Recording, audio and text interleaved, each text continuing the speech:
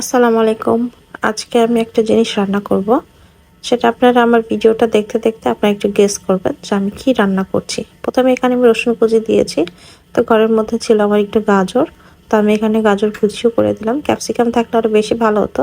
এখন আমি একটু সয়া সস, একটু চিলি সস, একটু টমেটো সস আর একটু গোলমরিচ দিয়ে ভালো করে এটাকে একটু মিশ্রণটাকে একটু ভালো করে মিশিয়ে নিচ্ছি। আর আমার বাসায় ছিল একটা চিকেন কিউব, সেটাকে আমিও দিয়ে দিলাম। এখন দিয়ে দিচ্ছি কর্নফ্লাওয়ার, পানির সাথে গুলিয়ে কর্নফ্লাওয়ারটাও দিয়ে দিয়েছি। এখন বুঝতেই পারছেন আমি কি রান্না করব। এটা হচ্ছে মোমো, সুপি মোমো। তো আমি এখন মোমোগুলোও দিয়ে দিলাম স্যুপের মধ্যে। আর মোমোগুলো আগে থেকে আমার বানানো ছিল, ফ্রিজে ফ্রোজেন করা ছিল, তো সেটাই আমি দিয়ে দিয়েছি।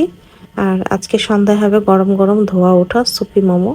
আর এটা খেতে তো আমার কাছে অনেক মজা লাগে, কারণ শীতকাল আসছে, এরকম গরম গরম ধোয়া ওঠা সুপি মোমো যদি থাকে তাহলে তার কোনো কথাই নেই। যাই হোক, আমি মোমোটাকে এই পানির মধ্যে ভালো করে রান্না করে নিয়েছি এই স্যুপটার মধ্যেই।